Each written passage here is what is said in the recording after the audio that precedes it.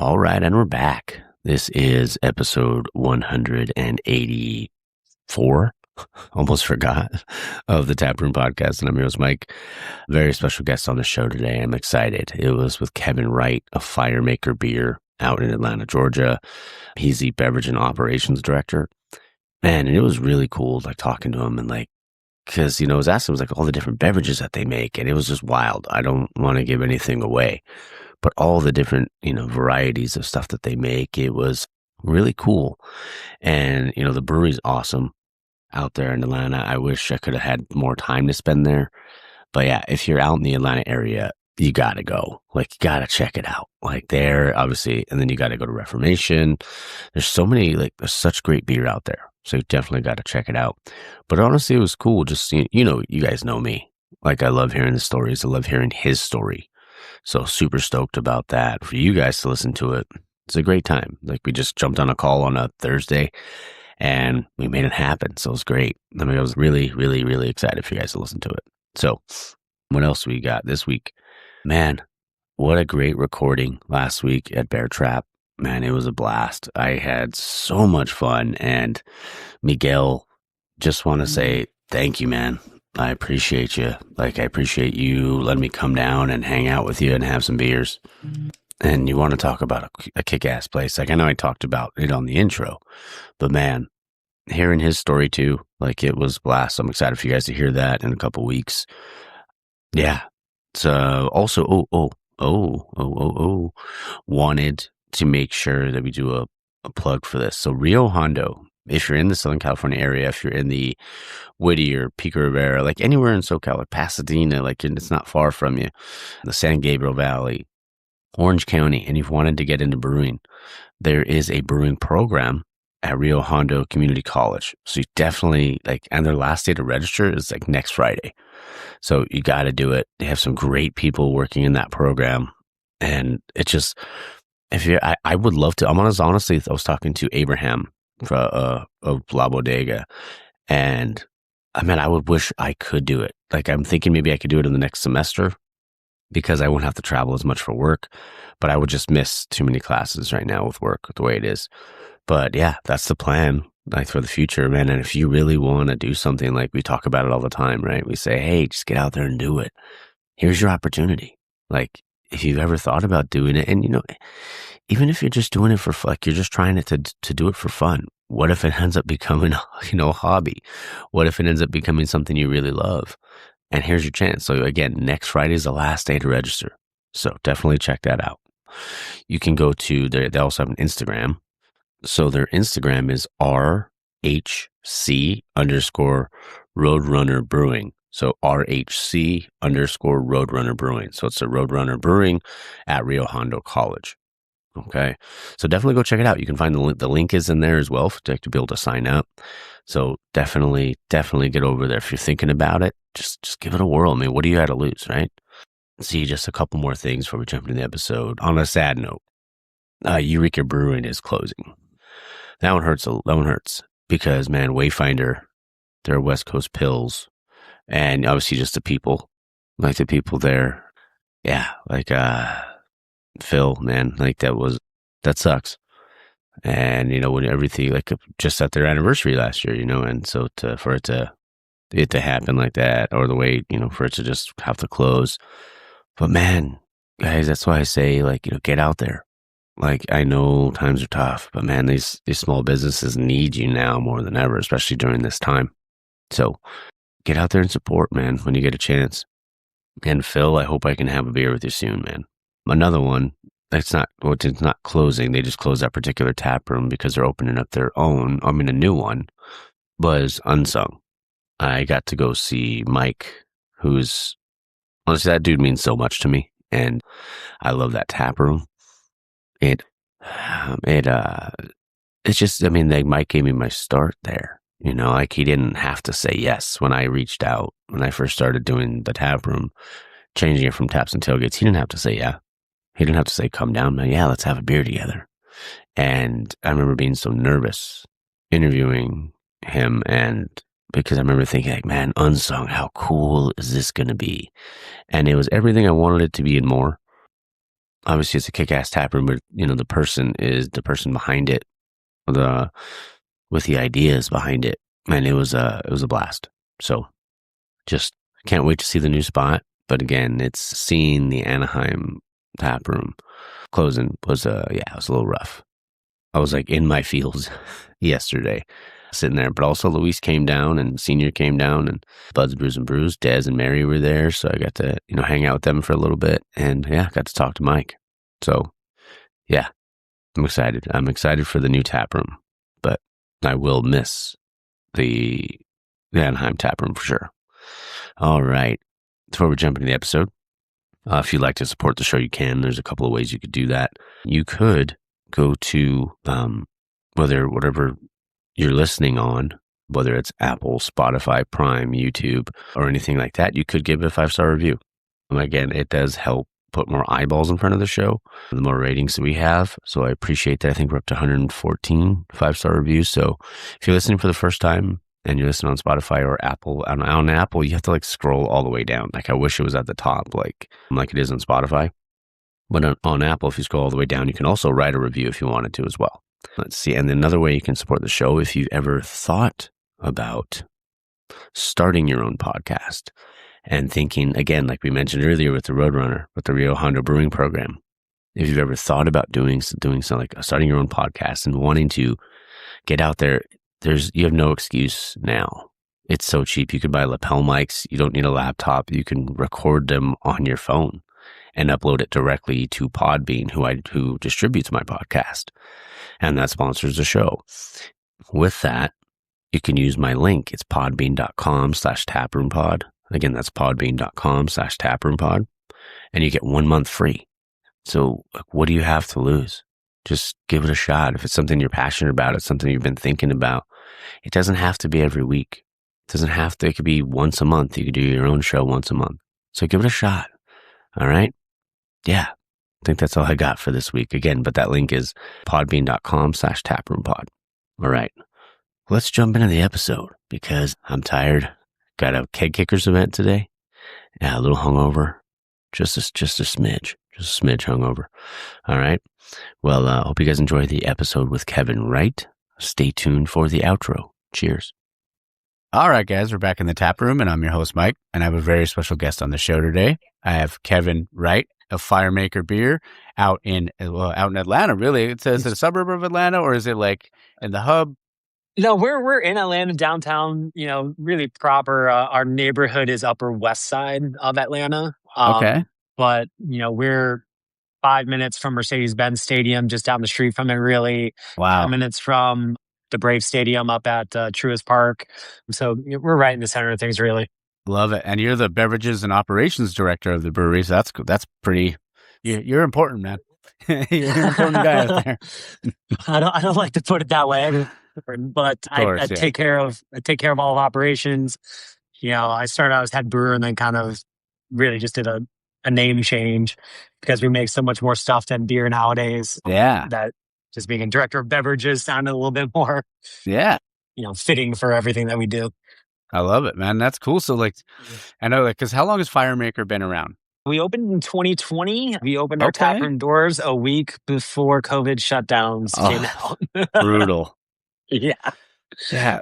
What was that like during that? Because I know what it was like out here, but what was COVID like for you guys over there? Because I know it was maybe different in different states, or what it kind of looked like. So I've only heard stories. I have not been here since day one at Firemaker. Okay. I joined the team 5 years ago, almost exactly. I think July 26th is my anniversary or something like that.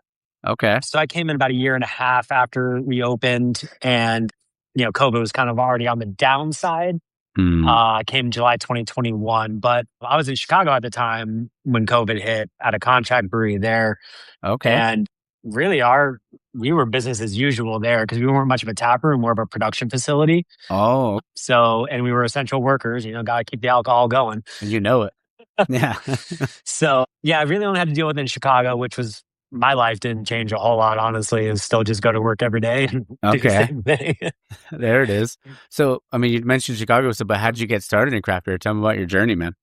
Oh man, it was a very organic journey, which is really nice. Got into craft beer here in Georgia because I did grow up just south of Atlanta in a place called Peachtree City, and went to college out in kind of middle of Georgia area.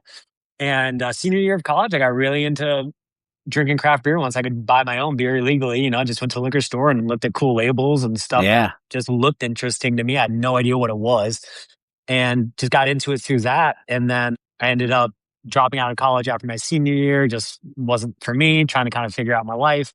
And I moved out to Oregon where my dad lived at the time. And he owned a winery Okay. and kind of worked with him a little bit in the winery, just get my feet back on the ground. But I moved to Portland, Oregon, which is Beervana, especially for Yeah. 2011. This was when it was the place to be for beer, 100%. and got even more into it since I was living there, and it was just obsessed with it. And had a couple connections to some brewers through my dad's connections, and able to get a job that I had no experience for, Okay. scrubbing floors and just being a janitor at a big craft brewery, and worked Wow. up from there. That's awesome. And then from there, where'd you go? So my first job was Widmer Brothers Brewing in Portland, Oregon. That was a nationally distributed brand back then. Yeah. We were also brewing for Red Hook and Kona right when I came on Oh, board. And then after about 3.5 years at that Portland facility, I transferred within the company to Kona, Hawaii, and was brewing at the Kona facility on island. wow. I What was did that that for like? 4 years. Oh, The dream? awesome. I mean, yeah, the company paid for me to move out there. I was 26, and Wow. it was the dream. It's exactly what you think it would be, just brewing beer and going to the beach afterwards. Like, it was awesome. Oh man, that's so cool. Like I would that And yeah, I couldn't think of a better a better job yeah, right it's there. perfect age, perfect job, perfect location. It was everything. Mhm. And then, career growth opportunities are a little bit limited out there. Yeah, of Uh, course. and so, I wanted to push further in my career and move up. And so ended up coming back to mainland where I went to Chicago straight from Hawaii. So that was a fun Oh transition. yeah, I bet. And yeah, ended up working for a contract brewing facility there for about 3 years where I was the head brewer. And my main job there was onboarding our clients. So they would give me their recipes and be like, how do we do it at your place? And I would Yeah. convert all their stuff and talk them through process changes that maybe they did at their place that we can't do here. And then, yeah, after about 3 years there, my ex-wife or my wife at the time, now ex, we wanted to move back, buy a house, and my family is all here. So, moved back down 5 years ago. Okay. Love it. That's And my journey in a nutshell. I love it, man. And so once you when you guys moved back, were you like looking in the industry right away or did you already kind of have it lined up before you came back? So I had it lined up, Okay. and it actually happened super fast here at Firemaker. We had the conversation and made the decision that we wanted to move, and she could work from home anywhere, so it was really up to me.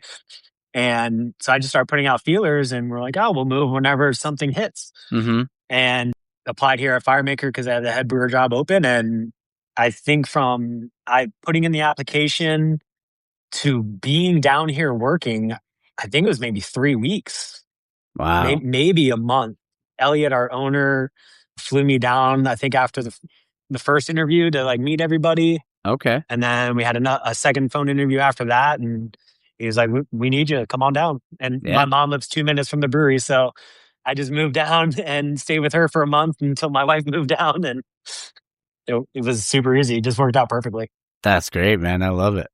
And cuz I've only been to Georgia a couple times, but like every time I go, like I'll find a brewery or like find a new place to check out. There's so many great little because I know there's like Canton, there's Woodstock, there's like Roswell, and all these Yeah. really cool obviously like downtown Atlanta, but there's so many cool like little hubs of craft beer, and to me it's like you can go anywhere in the country and find great beer. But like, what do you think that about Atlanta that just makes the craft beer scene just so as amazing as it is?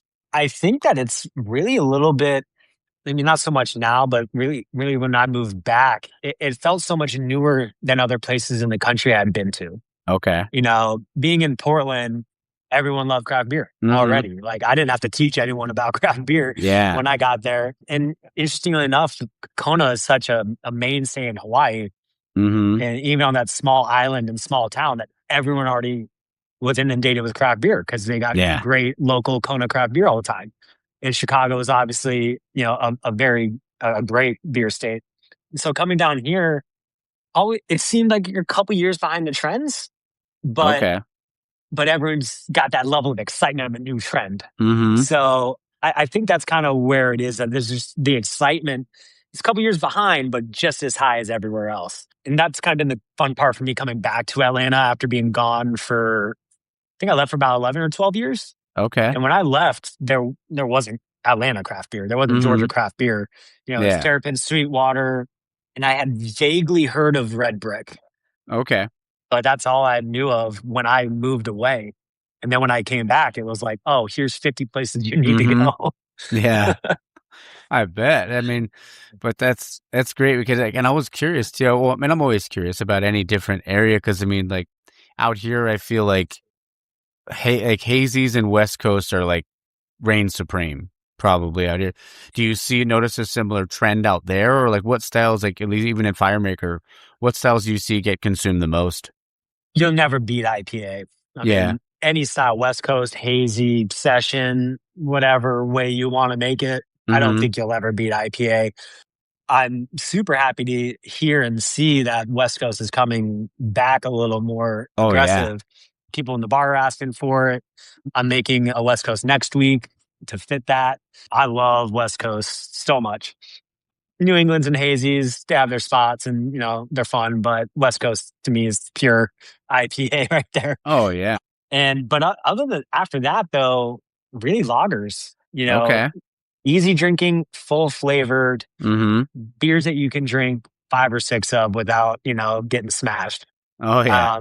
I think those are the two main categories, IPA and those easy, full flavored lagers. Oh yeah, I love it. Like the West Coast Pilsners. Have you guys seen like been making any of those out there? Have you seen more breweries make those out there?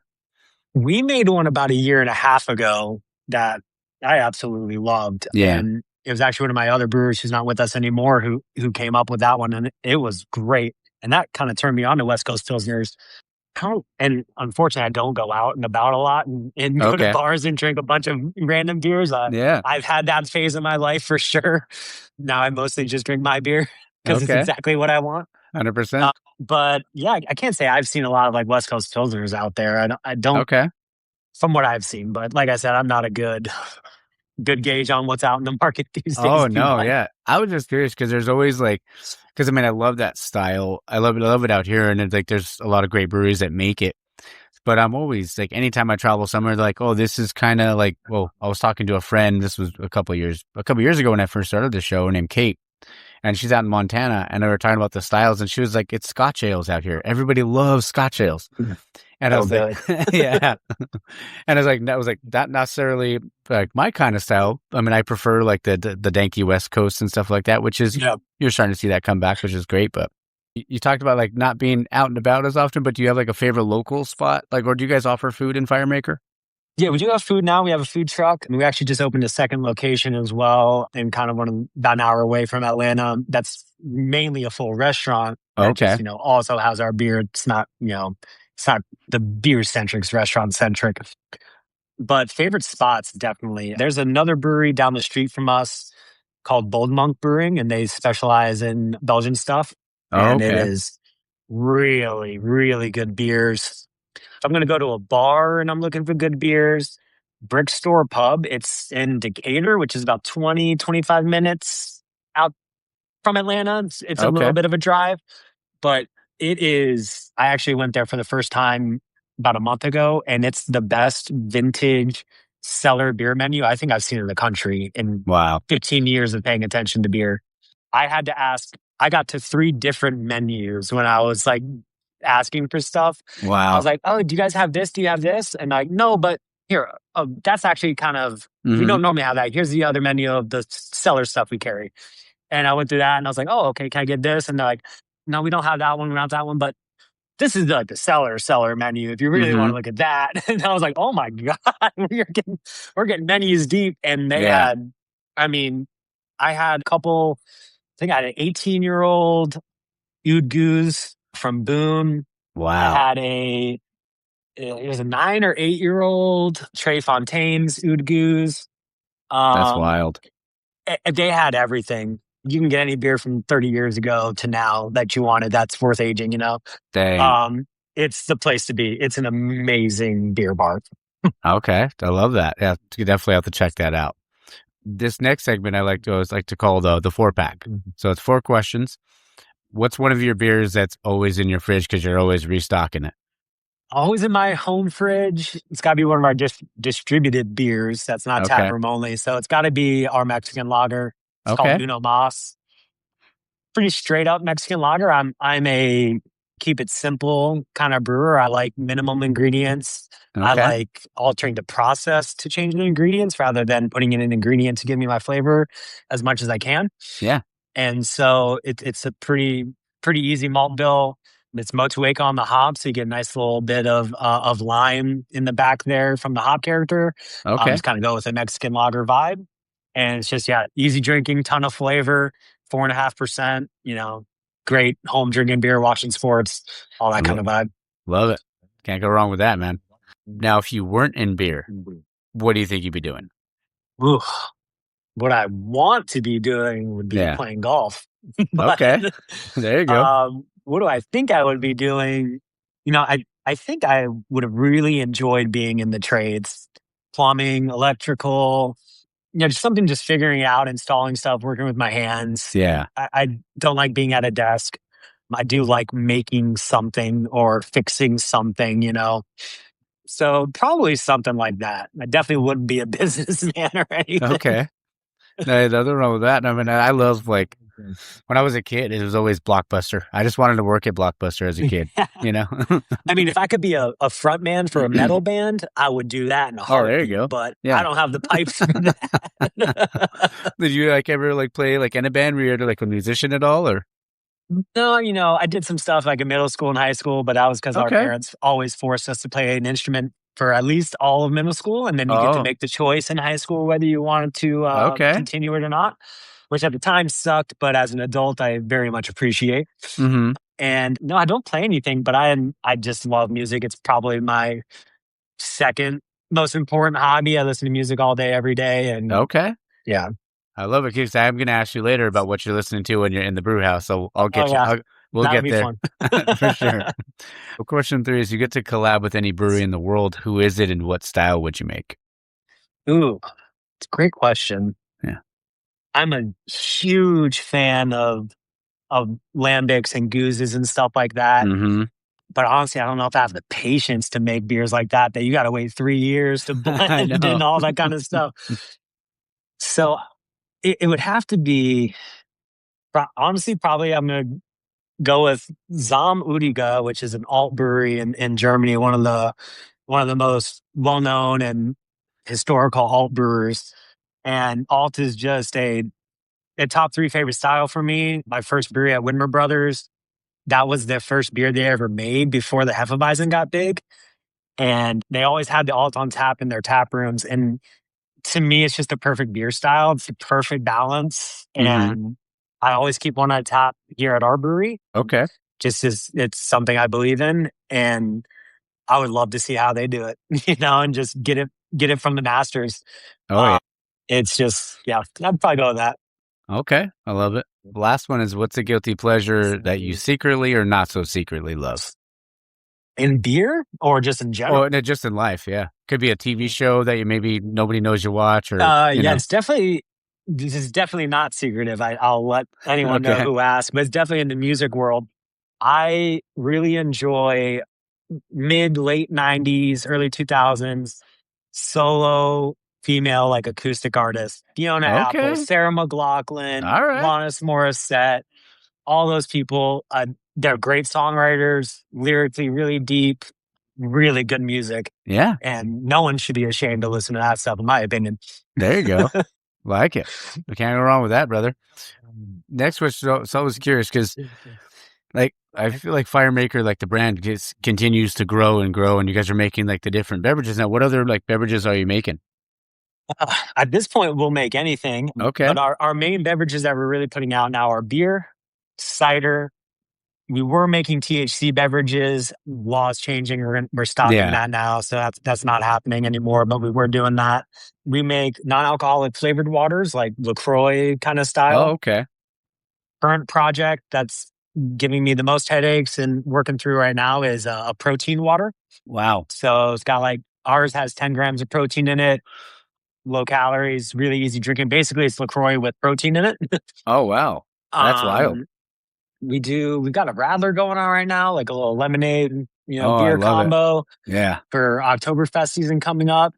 We actually just got on contract with a client where we're making a fruited sparkling water. So it's like sparkling water, but with Wow. real fruit puree in it, which should be pretty interesting. Got a guy and another client that we're talking to. Probably got an energy drink coming out pretty soon. Oh, dang. So yeah, I mean, really everything.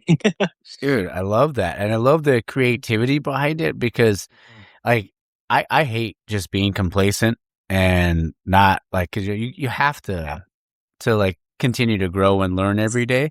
But like especially nowadays. exactly. And even with that creativity, like how do you balance the creative part and then also the consistency part? Because it's a lot, I'm sure. Oh yeah. We're probably putting out 30 SKUs out of this facility right now. Wow. All sorts of different stuff. Some of the stuff has to be pasteurized and, sent off to labs and made sure everything is biologically safe and good to send out to the public. Other things with beer, don't have to worry about that at all. Basically do whatever you want. So it's tough. Really a lot of benchtop trials on stuff. Generally, everything is scaled like twice. I'll do a benchtop like 117 milliliter sample, basically my normal, like, you want a new product? Let me see what I can do, in this tiny sample. And then if that works out, then I'm at like a liter or 2 liters of a sample, trying to figure it out. And then once we get to that, then I have a good idea of how the ingredients are going to mix or not mix, or how I need to process them, or do I need to adjust pH before I mix, or what order do I need to mix them in? All sorts of weird stuff. And then I can normally scale it up to like 10 barrels, 20 barrels at that point and get going on it pretty easy. But yeah, consistency is just measuring SOPs and just making sure you're writing everything down as much as you can. It's tough though, for sure.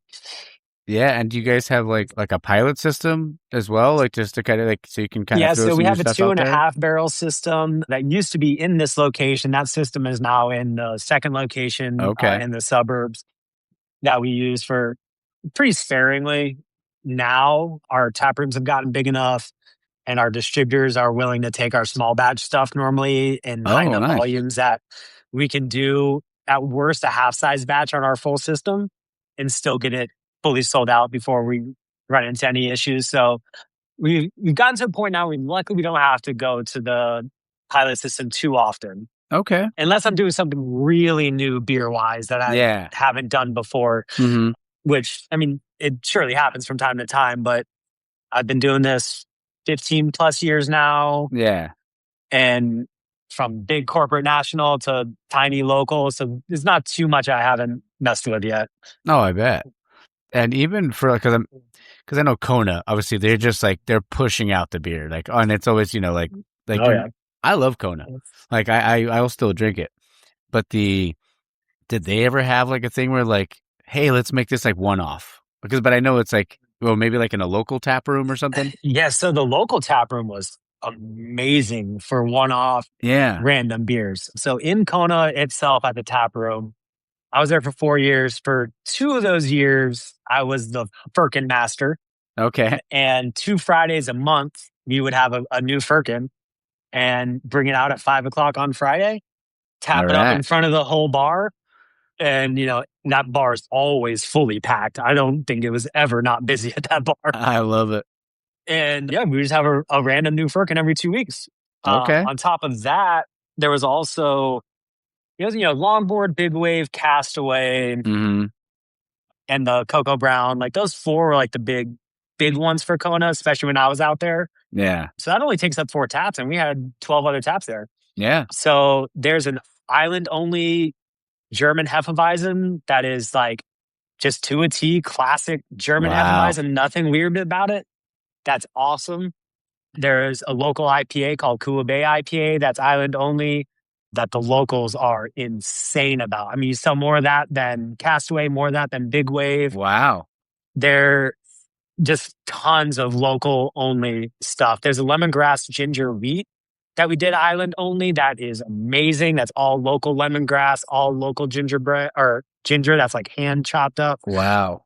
Lots of really good beer on the island, taproom only. Okay, man. I'm gonna have to go back because I haven't been in forever, so I'm gonna need to try all that. Yeah, lots of good beers on island. Yeah. What are some of your favorite styles to brew? Just physically brewing them? Oh, just like, like I really like you love that or that and like what you love, yeah. Yeah, because there's a difference between physically brewing it and being happy drinking it afterwards. Yeah, that's true, yeah. Things I like to brew, I really like brewing lagers. Okay. I'm a big fan of, like I kind of said earlier, letting the ingredients speak for themselves, and letting your processes dictate how those ingredients taste. And lager does that, I believe, more than anything. And you can't hide behind anything in a lager. If you mess it up, everyone's going to know it. Oh, yeah. And so, it's the purest form of brewing.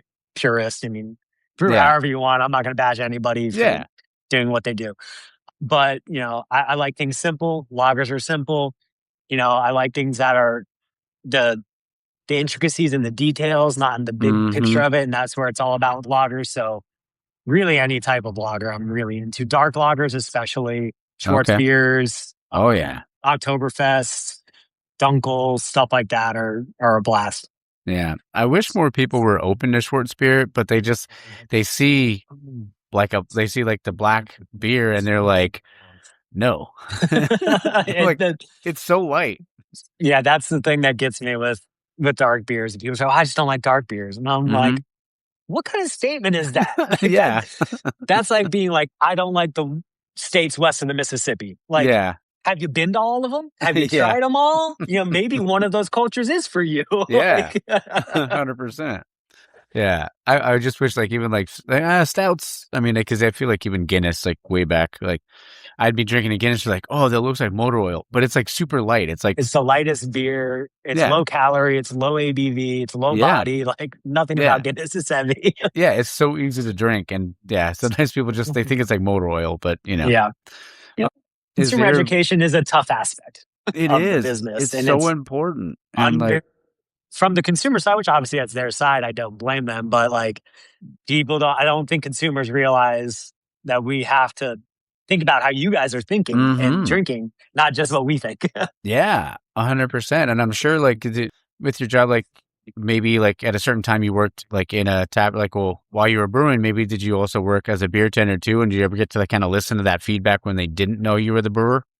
So I never worked as a beer tender, but when I first moved to Kona for the first year and a half, I was doing brewery tours on the weekends, just on the side. I was really, really obsessed with beer when I moved to Kona. And all I ever wanted to do was talk about beer every minute of my day. So I was like, oh yeah, I'll do tours on the weekends. Why not? So that was great because I really got to get that direct interaction with people. And, we would do tastings on our tours and, I would guide them through the tastings. And then you just hear completely random stuff coming back from the consumers. Yeah. And it really makes you understand and realize no matter how much science and effort and picking the right ingredients to have this exact flavor goes into it, the consumer's going to taste whatever they taste, and there's nothing you can do about it. 100%. Yeah. And that helped me a lot to not also freak out or get anxiety about what people are saying about beers I make. Yeah. Because at the end of the day, there's nothing I can do about other people's reviews. I'm going to make it the best I can and what I think is good, and definitely with the consumer in mind, wanting them to think it's good. But I'm going to do my best, and it is what it is. Oh yeah. Well, this isn't something that I sent you, but it was just thinking about what's one of the more unique ingredients you've ever thrown in a beer? Man, definitely would have been in my Kona days. We worked with a lot of fun local stuff. So we did Jabota Kaba into a stout one year, which if you don't know what that fruit is, it grows on the bark of trees. It kind of looks like grapes, but just grows on the bark. Yeah. It's a weird fruit. We used that. We did a lychee lager as well in Kona. Okay. Which lychee looks like a gumball. Yeah. Really spiky all over it. And it's got a pit in the middle. a pretty good sized seed in the middle of it. And we had to individually tear the outer spiky shell off, cut open the meat of the fruit, and pull out the pit for like 200 pounds of this stuff for this beer. And, each lychee probably weighs quarter of a pound or something like that, weighs nothing. And it was a week-long process, and we just had boxes set out. And if you were an employee, a bartender, busboy, brewer, management, whatever, if you walked by that box, you had to peel like 20 lychee before you were allowed to walk past it. Like, it was just a company effort to get all this stuff peeled. Oh, wow. We actually caught and harvested yeast off of one of the volcanoes on island. Wow. Propagated that and pitched that into a beer, which was really cool. And we also smoked our own malt once. Okay. We just got some basic 2-row, I can't remember if it was Country Malt or Raw or whoever it was, but a big supplier. And got local Kiave wood, which is a local only tree, and smoked it with that just on like your basic backyard smoker. Wow. Like 20 pounds of malt at a time. That was miserable. but really fun. Yeah. At the end of the day. So definitely probably those things. Those are more of the fun stuff I've worked with. All right. Yeah, as long as you didn't say poi, we're good. Yeah, definitely did not do poi. Dude, that stuff, like, because my grandma is from there and my mom was born there. So, awesome. Yeah, like, I have had to eat it. I've tried it. It's not for me. But, like one of the stuff that I always ate as a kid was like lihi moi. Like, I could eat lihi moi all day, like the dried plums and stuff. Oh, yeah. So good. So good. Made my mouth water a little bit. Like, biggest thing I remember food-wise from Hawaii days is just Sunday morning, walking like 2 blocks to the farmer's market that was right on the ocean. Yeah. And I would just grab like a loaf of local bread, couple of dragon fruit, couple star fruit, couple papayas, couple mangoes, and then just like make some toast, cut open all the fruit with the local bread, local fruit, and it was like the best breakfast of all time. Just eating all that stuff every weekend. So great. Oh, yeah. So it would always be like Spam and eggs for me. I'm a huge Spam fan. Oh, same. Yeah. Spam and eggs and rice. Oh, yeah. I make a mean Spam musubi, I must say. Okay. And I was vegetarian for about 5 years after I left Hawaii. Okay. And I learned to make a pretty mean tofu Spam musubi as well. Oh, all right. That was pretty good. But yeah, not Spam mac and cheese. Oh, yeah. Spam eggs and rice. And I used to do a Spam, it's an Italian pasta just with eggs and cheese and bacon normally. What's it called? Which one? It's eggs, cheese, and like bacon. Carbonara. Yeah, I used to do just Spam carbonara instead of getting bacon and whatnot. I make carbonara all the time. Oh, not all the time, but like pretty frequently. And I've never thought to do that. Yeah, just cut the Spam up really small, so like the cubes are like this big, and then just fry the hell out of it so it's really crispy. Oh, okay. It's so good. And then just make your carbonara like normal. Oh, yeah. I'm going to have to try it on Monday. Wasting the money on prosciutto or something. Yeah, that's true. Yeah, save you some money there. Oh, love it, man. Portuguese sausage. That's what I miss. Yeah, Portuguese sausage and egg. Much. Portuguese sausage is so good. Yeah, put that in a burrito. We're golden. Yeah. That's all I need. All day. Love it. Next one I want to ask you. So this one's called situational beers. So it's like, what beer style would you have doing this activity? So it's like pool/beach beer, and then shower beer, golf course beer, which I'm sure you'll love, concert beer, and airport beer. Okay. So we'll start with pool beer. My opinion, pool beer, you got to have some acidity. Okay. You need something sour, something to brighten it up a little bit more. Big fan of Goza for a pool beer. Okay. A little bit of salt is nice too. The first one that comes in mind is Dogfish Head Sequench Ale. Oh, yeah. That's a great pool beer. You're roasting hot. That beer hits perfect. So we're at pool beer first. What was our next one? Shower beer. Shower beer. That's definitely full. No, because shower beers are normally pre-going out beers. Yeah. So I'm thinking IPA for there. Okay. Some classic West Coast, any West Coast IPA you're choosing, shower beer. Okay. And how about golf course beer? Golf course beer, obviously light and easy. We make a specific golf course beer.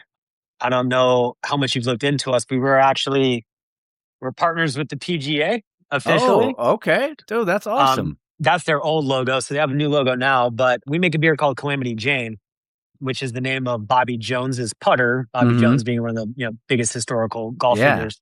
So we're the official craft beer partner of the PGA of Georgia, the PGA of North and South Carolina. Wow. The PGA of North Florida and South Florida. So kind of this whole Southeast area, we're the official craft beer sponsor. So any of their local events they do, we're always there giving out beers and promoting. And they help put our beers into golf courses and say, hey, they get a kickback for every case that we sell towards their nonprofit. Wow. So it's good for them to help place us into golf courses. And, we get extra exposure. So it's a great partnership that we have. I love golf. I'm golf obsessed. Our owners are golf obsessed. Love it. So it works out really nicely. So that's definitely the one I'm going to have to say is, Calamity Jane. It's a 4.2%. It's a craft Mick Ultra, basically, is what we were going for. Yeah. Make it kind of in a fun way because we use an ale yeast on it instead of a lager yeast. Oh. But ferment it quite low temperature. And we also use an enzyme to help dry it out to get it as dry as possible. So we can make it quickly and give you that same lager feel. Okay. So that's pretty fun. And yeah, I mean, it's made to drink 12 of them on the golf course. It's awesome. I love it. Yeah, I mean, you got to be crushing them on the course, right? Yeah. By the time you get to 18, you should be a little, a little tough. Golf, shower, concert. That was one of them. Yeah, concert's the next one. Oh, that's a tough one because you drink too much at a metal concert and it can get tough in the pit. Sure. You gotta be able to keep yourself together. So definitely like something lighter, but I do like something a little stronger flavor wise for that. So I'd probably go something dark lager like Negra Modelo would be a great concert beer in my opinion. Oh yeah. Also one of my favorite beers of all time. Negra Modelo is a phenomenal beer. Oh yeah, it's great. It's fantastic. The last one is the airport beer. Airport, you need high ABV. Yeah, or it could be a cocktail too. So yeah, we'll keep it to the beer though. I mean, don't get me wrong. I love me a couple 2 fingers of bourbon and I'm good to go. There you go. But especially rye, give me as much rye as possible in my bourbon, and I'll be a happy man. But beer wise, I'm gonna go something a little more fun. Like, and they're hard to find in an airport, but like a barley wine or a Scotch ale. Okay. Something up there, higher ABV, heavier. You're going to be sitting down doing nothing. Oh, yeah. Might as well drink something that makes you want to sit down and do nothing. 100%.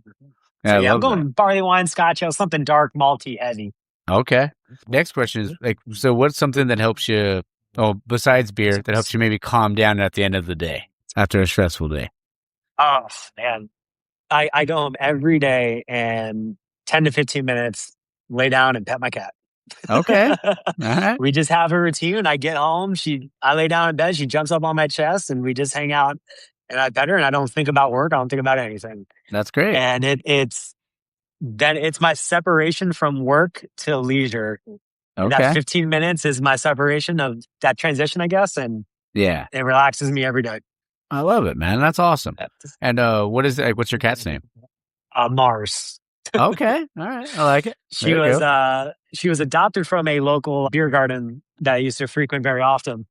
And she was just a local feral cat at this beer garden. And the owners I knew well because of my connections, in the industry. Yeah. And they closed down for like 2 weeks at the beginning of every year. And this cat had clearly become dependent on them for survival. Of course. And so when they closed down, they asked me, hey, we know you love rescuing animals. Would you like to foster her for a couple of weeks while we're gone? Because we'd be worried about her. Yeah. And I'm like, absolutely, like, for sure. So caught her that day. And the second I got her, I was like, well, got to get him some vet. I'm going to do all this stuff. And there wasn't a chance after that. I was giving her back. You were locked in. Oh, yeah. There you go. So she's my little beer garden kitty. I love that, man. That's cool. And, one of the things I love about this industry is always the community. And I feel like even from all the stuff that I've seen and I've heard about Firemaker, it's like how much the community means to you guys. So like what role does the community play into your guys' brand? It's huge. Since day one, even before I got here, we've always had a charity tap. Every month we have a different charity tap. And it's mostly rotated between charities that us, the employees and the people that run the company want to help. And so we've got a good range of people who helping a bunch of different stuff. So I'm always putting up animal charities, rescue charities, stuff like that.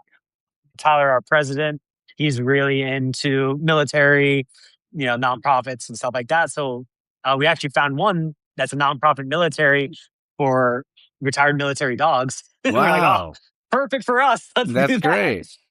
And, we've done stuff for kids, for food, technology for the underprivileged, rescues constantly. Beer is community. That's what it is. And if you're not engaging with the community, it's not the brewery I'd want to work at. Yeah. That's the best way I'd put it. Yeah. Of course. So, we listen to our community. It's really we're going to make what our people want. If we have people come in here saying, you guys don't have enough sours? All right, we'll get some sours out for you. Yeah. People are coming in saying there's not enough IPAs? All right, let's make you some IPAs. In my opinion, I've been doing this long enough that I don't have any desire to put my stamp on something or be like, no, this is my beer. We're going to pour my beers that I want. I want people to be happy when they come here. I want people to have fun when they come here and drink what they want to drink. That's also why we make everything non-alcoholic, cider. We don't want anyone to come here and not have something that they can enjoy. Oh, 100%. So, our whole brewery is based on what the community wants, pretty much. That's great, man. And with all the breweries that you've worked at, do you have any fun, kind of taproom stories that maybe you could tell us? Or if you don't, it's okay, but. In what way? Like crazy shit that's happened? Good conversations I've had with just people? Something funny. Could be like a bad brew day, or it could have been, or a long brew day or something like that. I don't know if I have a single story, but I guess it's more just a general perspective. Yeah. I go in and out of having beers after work most of the time. Mm-hmm. And then I'll just go straight home after work for 3 months straight. And I won't have a beer in the tap room. I don't like to do that too much because then I lose a little bit of that community and talking to some regulars and whatnot. So I always try to remind myself, no, make sure we get back in the tap room for a little bit, have some beers. And, sometimes I love being out there talking to people and telling them, hey, I'm the head brewer. I created all this. These are all my recipes. And I'll tell you anything you want to know about it. Yeah. And then sometimes you've had the worst day of your life in the brewery. And you just want to sit there having beer and no one talk to you. Yeah, for sure. And you can do that and you're fine and that's happening. And then the bartender goes, oh, well, he's the head brewer if you want to ask him. And you're like, oh, not today. Yeah. It's not one of those days. Yeah. 75% of the time, I'm always happy to chit chat and whatever. But there's always those couple of days. And you're just like, son of a gun. Here we go. Yeah. Oh. No, we all have our days, man. I get it. Yeah, that's I don't think I've had anything crazy taproom stories on, but just those moments where you're just like, damn it, here we go. No, I feel because there's days when I'm supposed to go down to a brewery early in the morning on a Sunday or Saturday to go record, and I'm tired and I'm hungover. But then the second I get there and the second I hit record, it goes away. And I'm sure the same with you. The second you start talking to them, you're yeah, you get into it and you're like, oh yeah, actually we did this cool thing on this one or whatever. For sure.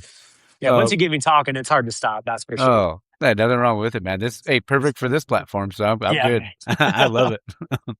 We talked about music earlier. So what are you listening to when you're on a brew day or just working in the tap room or in the back room? On a brew day, I prefer being on just my full shuffle. Okay. I like a wide range of stuff.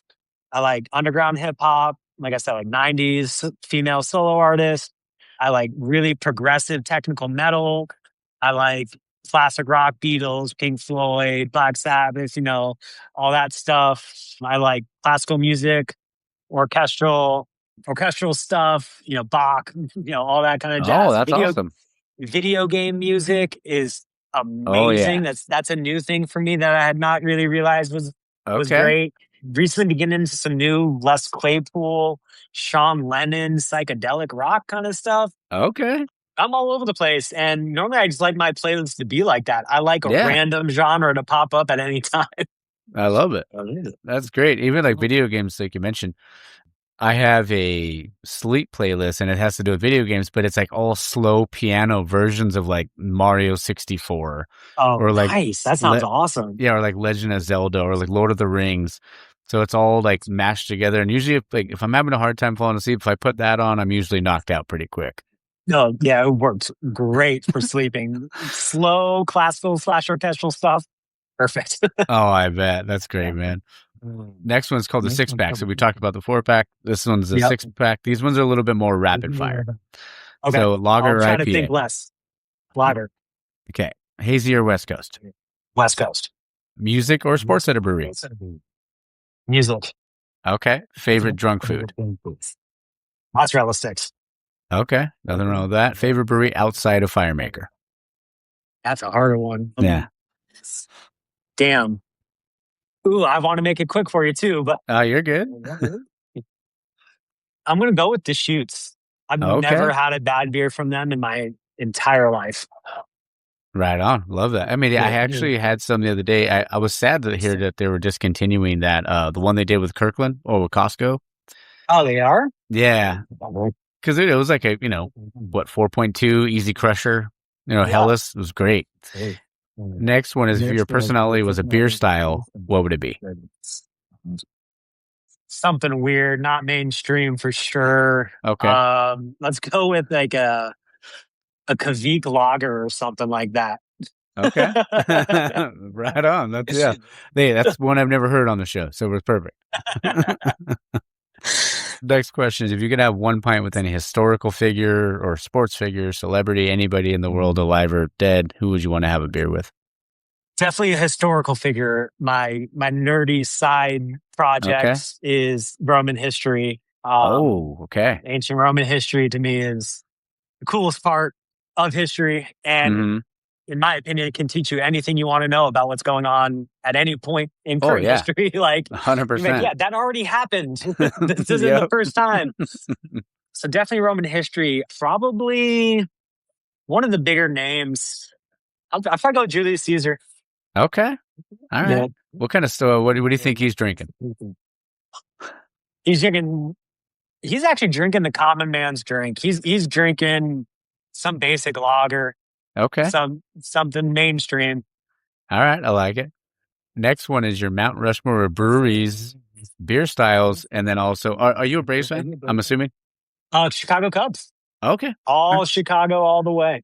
Okay. Since you're a Cubs fan, we'll do Cubs players too on the Mount Rushmore. So you got 3 Mount Rushmores you got to fill out.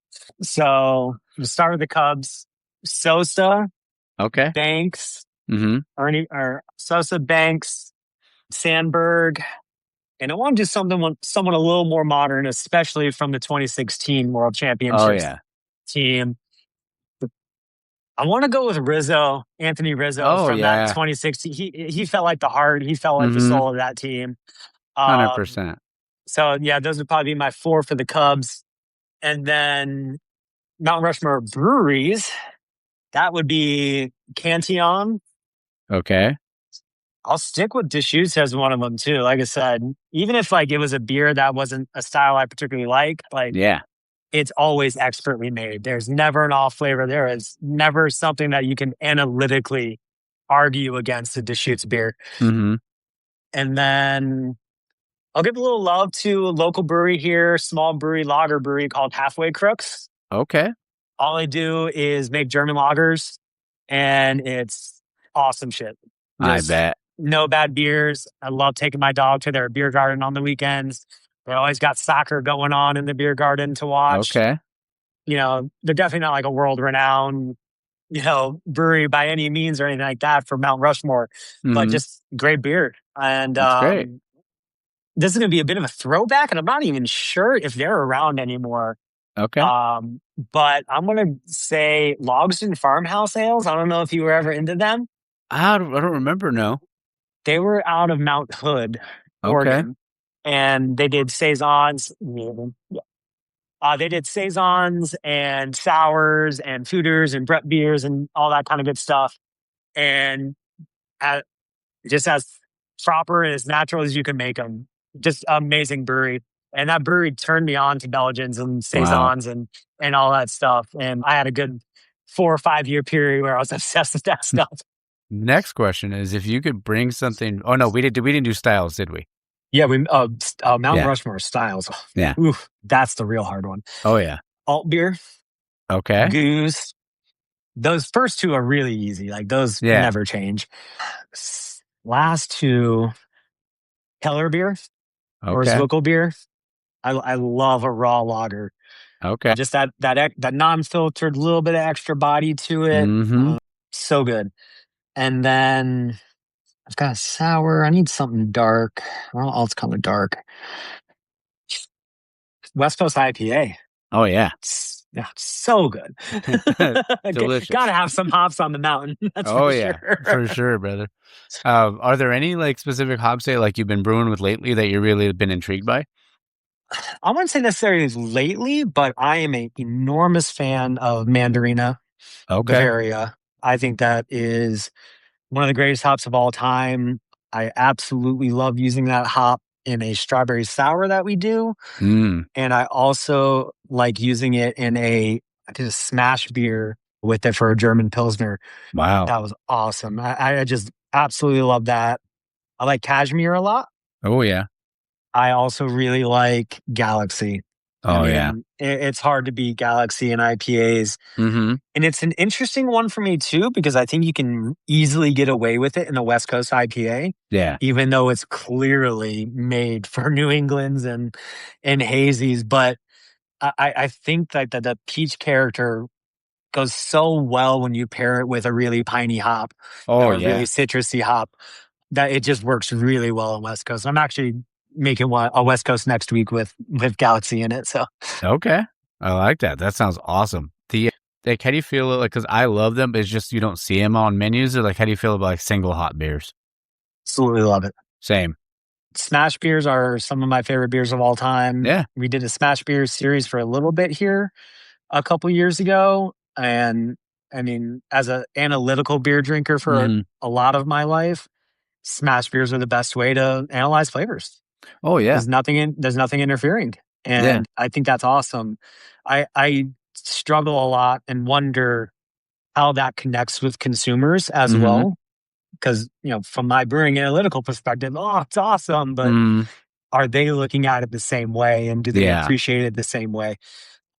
And oftentimes they do, but also some people just don't get it, and I can understand that as well. But I love single hops. I think the simpler you can make a recipe, most beers will get better. Oh yeah, and I feel like too, like it's like you said, it's like the analytical part. It's like those beers can be like the educational beers, right?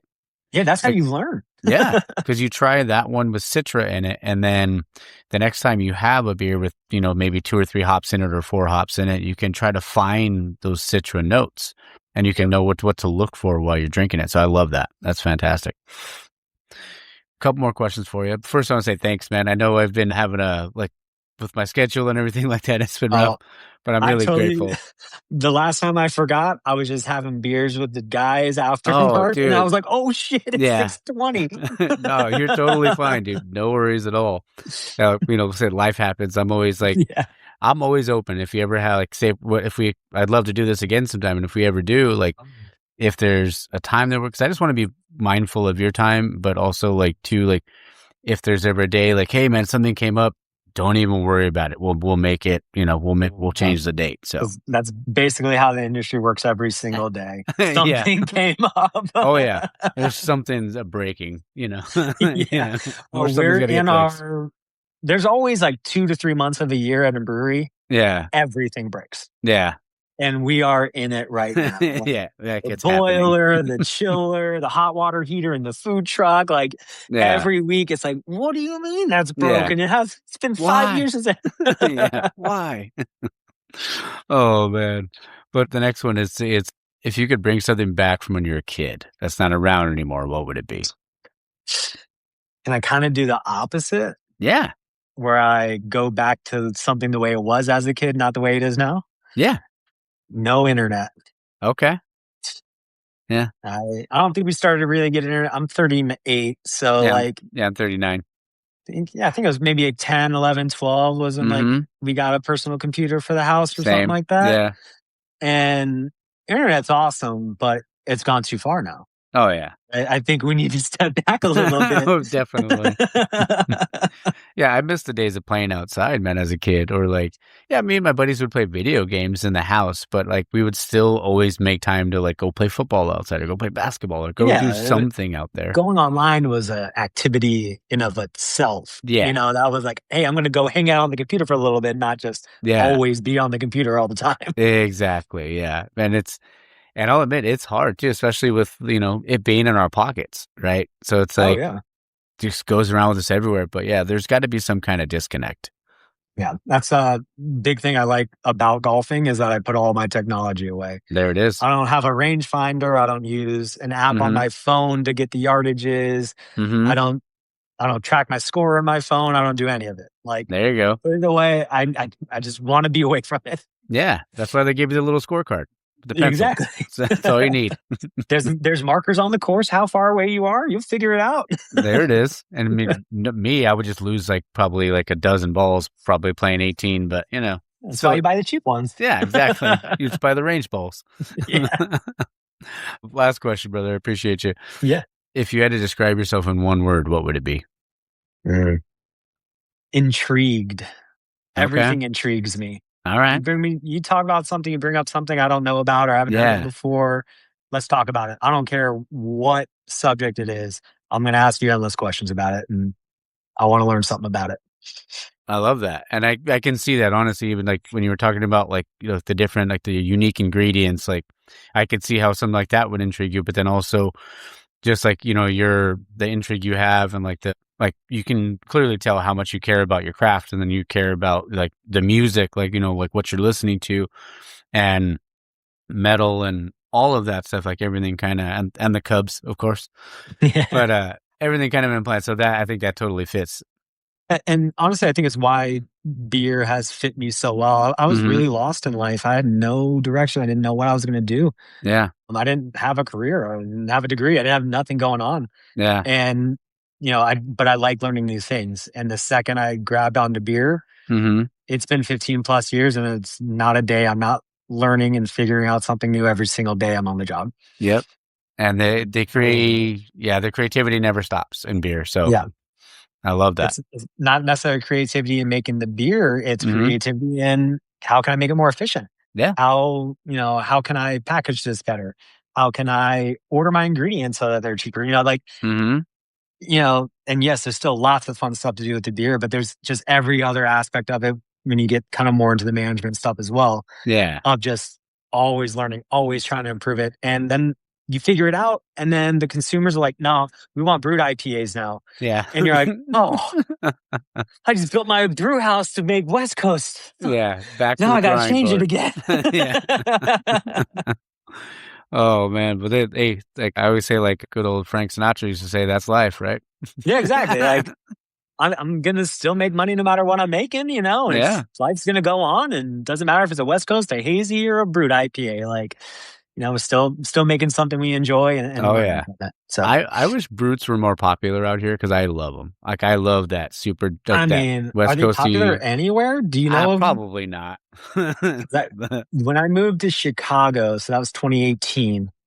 There was a year where brewed IPAs were. Oh yeah.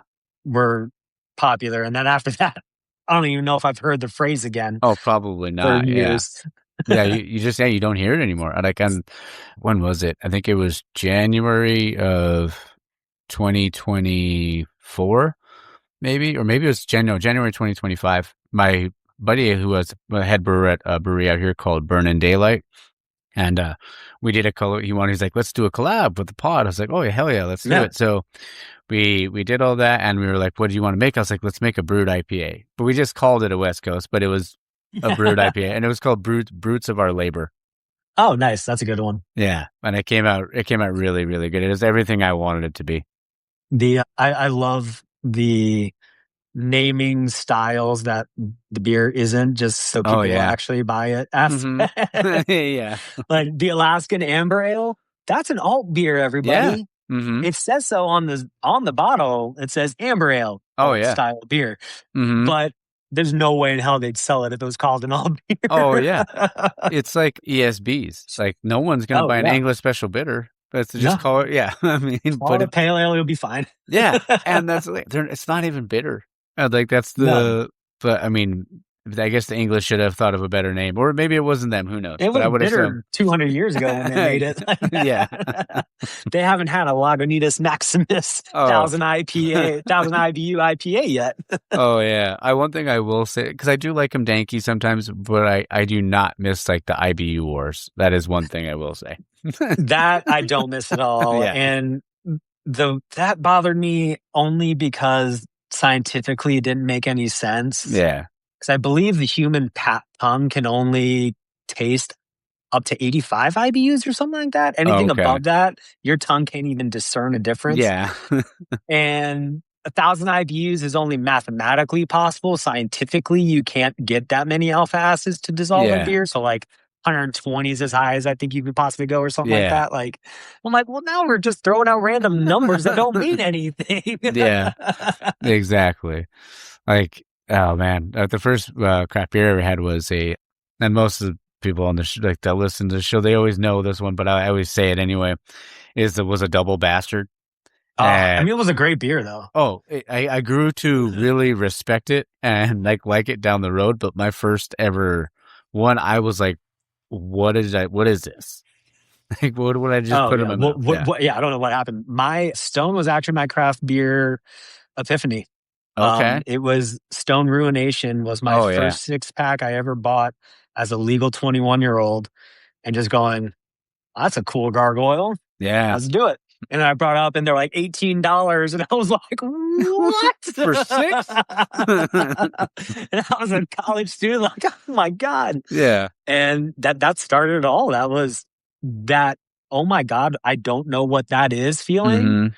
Just set me off on everything I ever wanted for craft beer. Oh, I bet, man. That's so cool. And like I've not blowing smoke or anything, but you have an amazing story. And I think it's really cool. Like working at somewhere like Kona and then kind of seeing your journey progress along the way, and to see what you're doing now with all the creativity, with all the different beverages that you guys have there. I think that's really you have such a unique and really cool story. Oh, appreciate that, man. Thank you. Yeah. It's definitely been a fun journey. That's for sure. Oh, I bet. Yeah. And we could talk a little off air, but I just want to say thank you again. And everybody, if you're in the Atlanta area, you got to go to Firemaker. You got to go check it out. Try all the different, because even the cider stuff, I wanted to talk to you about cider stuff, but maybe we'll save that for a part 2 of an episode. Yeah, for sure. That's been a fun situation. We purchased an already existing cider brand that was going through some issues and kind of assimilated them, brought them into our fold. So yeah, there's a cool story there. Okay, awesome. Well, we'll do that for sure. So we'll stick around and chat, but tell the audience about everywhere where to go, all the different locations you guys have for Firemaker. Yeah, so our main location where the brewery is all produced, or where the beer is all produced, is at 975 Chattahoochee Avenue in Atlanta, Upper West Side, close to the Mercedes-Benz Stadium, close to Truist Park. And then we have a second location in Griffin, Georgia. That's pretty much straight south, a little bit southeast of the city, about an hour away. And that's more restaurant focused, but we also have 2 golf simulators in that location. So if you want to go play a little indoor round of golf while you're drinking your beer and getting some food, you can head down there. And that's our current locations, but we're keeping our eyes open for a north side location as well. All right. Awesome. Well, thanks again, brother. I appreciate you coming on, and tell the owner I said thanks for letting me take you away for a little bit. Absolutely. And talk to you. Thank you so much, Mike. Appreciate it. All right. Cheers, man. All right, guys. I hope you guys enjoyed that. Like I said, I had a great time with Kevin. And what a great dude. And hopefully next time I'm out there, we can, have a few beers together, maybe do a round 2 or maybe even a round table. And speaking of round tables, getting together with Bridget, Yvette, and Tyler. So hopefully we're working on a date right now. We have like 2 dates in mind. I think we're gonna lock all that in soon. So hopefully. Yeah, next week's episode is the Lake Arrowhead Brewing episode with Travis. And then the week after will be the Miguel episode. All right. I need some food. And then I gotta get ready. So yeah. All right, guys. I hope you guys have a great week. I hope you guys have a great Sunday. And I hope you get out there and support local, drink local, and find your beer. Cheers.